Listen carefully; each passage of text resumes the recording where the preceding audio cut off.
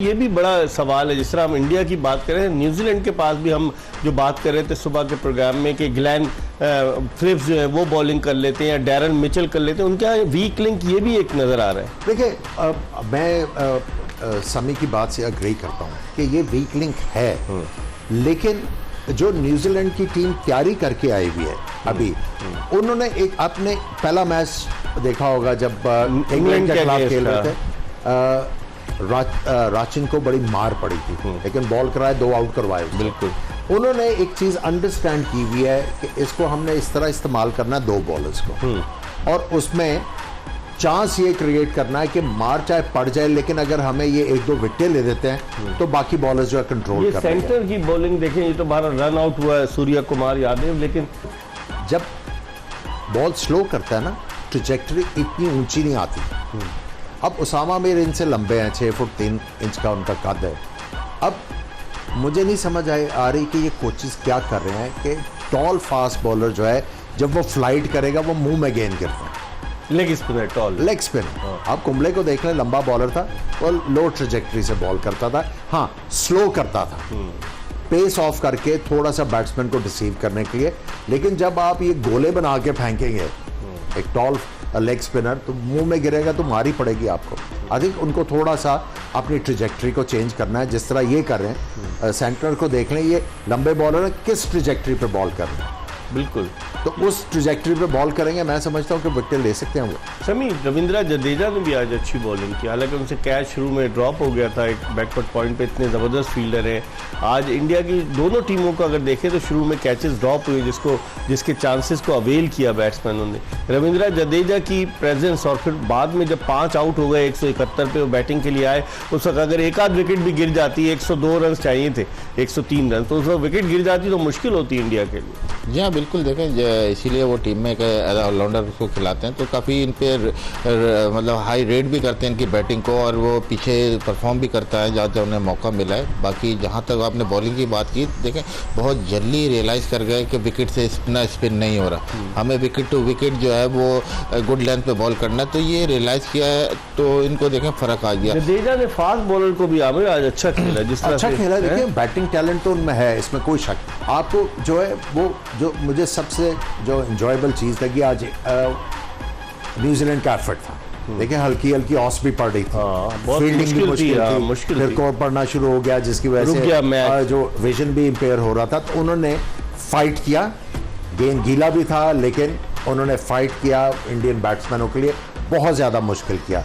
लेकिन इस मैच से जो न्यूजीलैंड जो वो लेसन है कि अगर आपने बड़ी टीम के खिलाफ अगर आना है तो 300 इंडिया में लाजमी करना है, ताकि दूसरी टीम के ऊपर प्रेशर आए। 300 सेफ नहीं होता आजकल ज़्यादा इधर इस टूर्नामेंट, चेज नहीं हुआ अभी तक सिवाय पाकिस्तान के।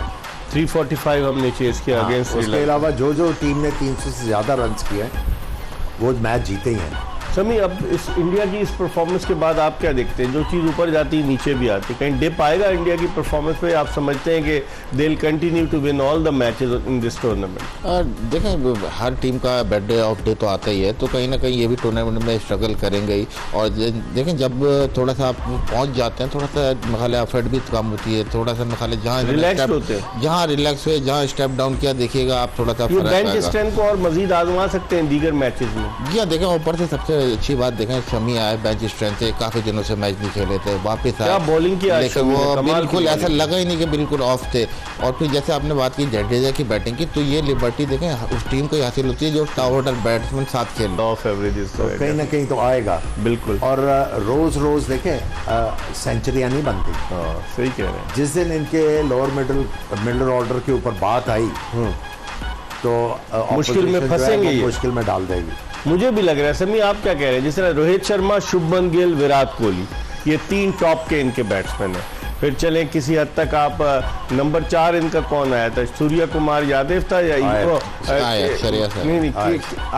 श्रेयस अय्यर है, और केएल राहुल भी अभी इतना फ्लो में नहीं आ रहा। तो ये 3-4 अगर शुरू की विकेटें कोई भी टीम निकाल लेती है तो definitely they will create problem for India? जी हाँ, बिल्कुल। देखिए, प्रेशर मैं बताया ना, जिस तरह आएगा कि अगली टीम इनको बॉलिंग में अटैक करे। जिस तरह देखें, आज आप शुरू के 10 ओवर की बॉलिंग के निकाल दें, ऑलमोस्ट 20 रन थे, 20-25 रन थे। मतलब ये नया बॉल इतना अच्छा कर रहे हैं कि अगर विकेट ना भी ज़्यादा लें, 1-2 भी लें, तो वहीं से 20-30 रन पीछे कर देंगे टीम को, जहाँ से फिर वो प्लेटफॉर्म पड़ता है कि फिर अगली टीम को एक्स्ट्रा करना पड़ता है। तो मेरा ख्याल है कि इनकी जो बॉलिंग पर अटैक होगा और शुरू में आप 10 ओवर में ज़्यादा रन बनेंगे, तो फिर थोड़ा सा ये इनका गेम प्लान चेंज होगा। आज जो हम सुबह बात कर रहे थे जब मैच शुरू हो गया था कि जब ओपनर्स इनके आए वो अल्ट्रा कॉशियस थे। जब एज ए बैट्समैन आप अल्ट्रा कॉशियस होते हैं, आपकी बैकलिफ्ट रुक जाती है और फिर आपकी फीट मूवमेंट इतनी फ्लुएंट नहीं होती, ना आप पूरा फॉरवर्ड जा सकते हैं ना बैक फुट पे। आज अल्ट्रा कॉशियस थे और 6 गेंदें मैंने गिनी हैं जिसके ऊपर आप आराम से कट मार के चौका वो छोड़ दिए। सो सभी सही कह रहा है, जब इनके नए गेंद के ऊपर थोड़ा सा प्रेशर क्रिएट होगा।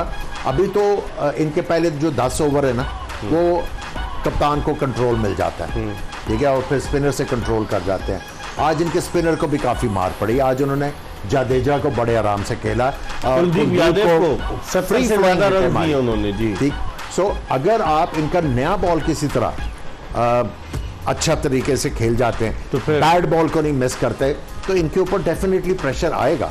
वो तो आखिर में हम यही समझ रहे थे ना कि अभी ये 300 से ज्यादा करेंगे, और अगर 300 से ज्यादा कर जाता न्यूजीलैंड तो इंडिया फंस सकता था। देखिए, अगर आप इनके दूसरे फास्ट बॉलर जो है इंडिया के नया बॉल करते हैं, शार्दुल ठाकुर, मोहम्मद सिराज, तो कोई उन्होंने एक्स्ट्राऑर्डिनरी गेंद करके आउट नहीं किया हुआ। बैट्समैन की गलती हुई है। आप देखें, ऑन के ऊपर मारते हुए कैच हो गया आज। उससे पहले जब पाकिस्तान के खिलाफ बॉलिंग की, कोई एक्स्ट्राऑर्डिनरी गेंद नहीं था। सो एक बुमराह है इनका, बुमराह की वजह से आप कॉशियस हो जाते हैं और सिराज को जो है वो विकेट मिली सिराज को। ये गेंद जो था ये चौके वाला गेंद था। सो इनको जो है वो थोड़ा सा इनके खिलाफ नए बॉल के ऊपर पॉजिटिव फ्रेम ऑफ माइंड, मैं एग्रेशन की बात नहीं कर रहा, positive frame of mind, bad ball को नहीं छोड़ना। अगर आप कर लेते हैं तो फिर इनके दूसरे बॉलर्स के ऊपर भी बहुत प्रेशर आएगा।